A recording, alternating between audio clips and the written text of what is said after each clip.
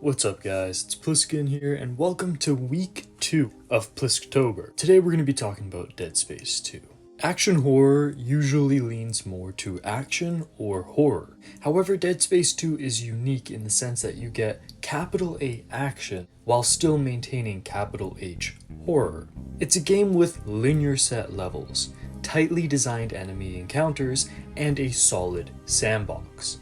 There's light puzzle elements to add a variety to play, and the sound design is nightmare fuel.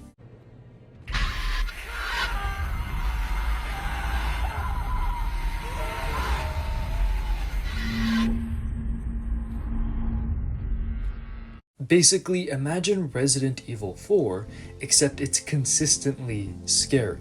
So the gameplay is very RE4-like in the sense that it's going to come down to you having to control precision and crowd control with the different weapons and enemies that come at you.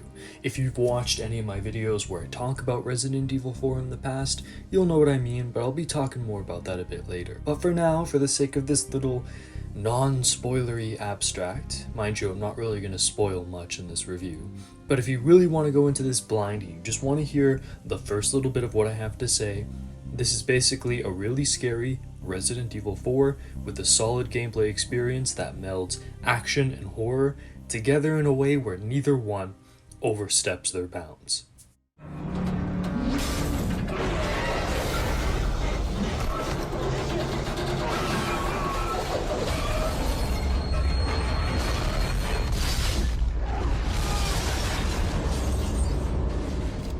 Alright, so let's talk about what really makes this an amazing experience.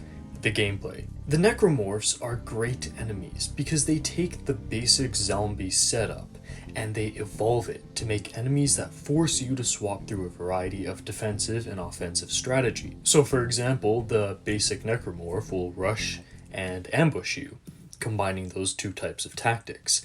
They require precision to take off their limbs, to kill them out, and they require speed in the cases where they're ambushing you, and that's where stasis comes in handy. We'll talk about stasis in a bit, don't worry. Screamers, I don't know if that's the right name, it might be Shriekers, but they announce their presence with an eerie sound cue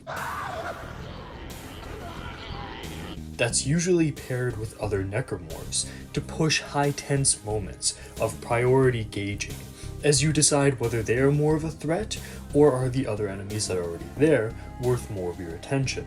So you have to manage exactly who you're taking out first, but this enemy is a major threat if they get close to you, and it's always fair when they show up because they never sneak up on you.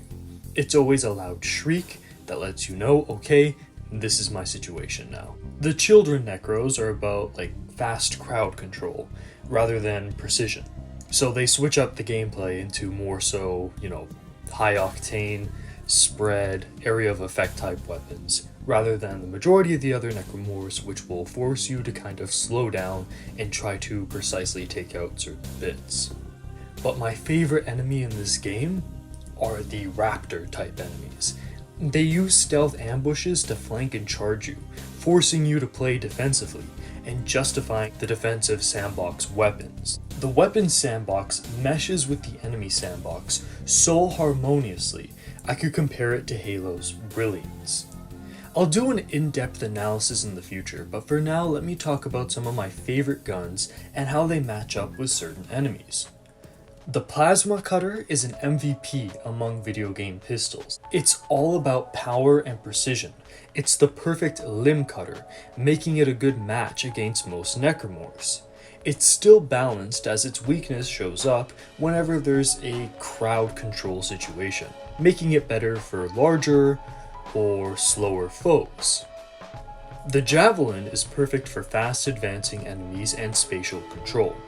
For example, if a normal necromorph is charging me, I can skewer him, sending him flying back towards his friends, and use the alternate fire to electrocute them. So I'm killing him, but then I can also kill them, or if not, I can weaken them to give me a better chance as they get closer.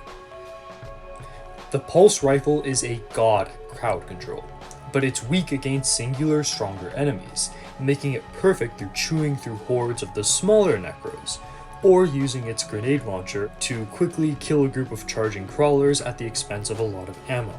But my favorite gun is the detonator. It's the ultimate defensive weapon, acting as a grenade launcher or a mine thrower. It's perfect for when you're boxed in by the raptors. You just stick some of these traps along the walls of certain hallways, and you can limit where they can charge at you from. So you take control of that space. The alt fire deactivates the mine so you can pick them up and set them up again on the fly. Stasis and kinesis are cool because they play an integral role in both combat and puzzles. In combat, telekinesis can be used to throw things at the enemy. For example, enemy limbs can be picked up and used to skewer enemies. This is useful as a quick backup when out of ammo. Stasis is essential to slow down faster enemies that require precision.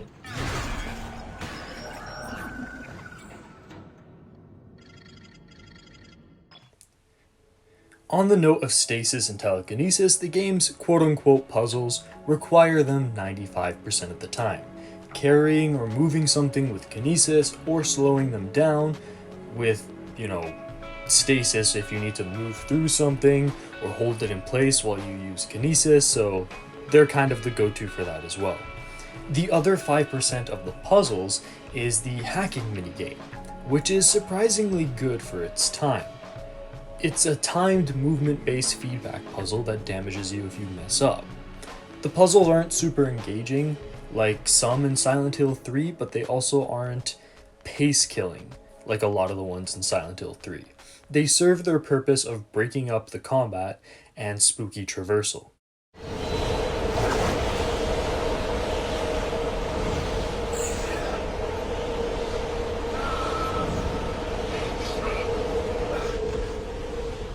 There is a surprising variety of environments, considering this game takes place on a space station. All the levels are creepy, from the early game where you see everything falling apart to the post-collapse. There are nooks and crannies, hiding loot, vending stations, and jump scares everywhere you go. There are some zero-G sections that make sure that traversal never really gets stale. It's good, with some surprisingly disturbing sections that I don't want to spoil. But you never get used to the scenery to the point where that scary tension is lost. Look, I think we got off to a bad start here. I'm Isaac. The story in this game is riveting, with plenty of twists and turns that I refuse to spoil for you. A basic synopsis is that Isaac Clarke breaks out of a mental institution during a necromorph outbreak on the Sprawl space station on the rings of Saturn. He needs to find a way to survive the outbreak and vivid hallucinations of his deceased girlfriend as he searches for a way to stop the corrupt government and cult forces from spreading the outbreak any further. You'll meet characters whose allegiances shift back and forth, and the narrative will always keep you guessing. Again, I don't want to spoil it because there's just so much fun to be had with it.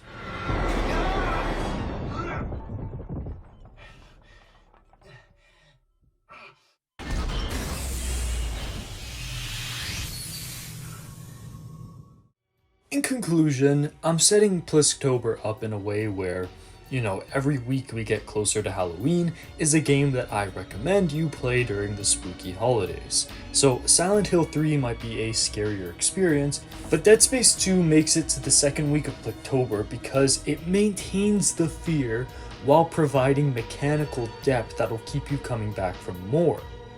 You see, the combat in Dead Space 2 is invigorating, it's fun. As I mentioned before, the weapons and the enemies mesh together. They both justify each other's existence, and it's such a fun time trying to figure out what weapon goes with what situation and what enemy goes with what weapon. And when you learn that, it's so rewarding. And while, again, Silent Hill 3 might be the scarier game, sometimes the combat can feel like beating a dead horse.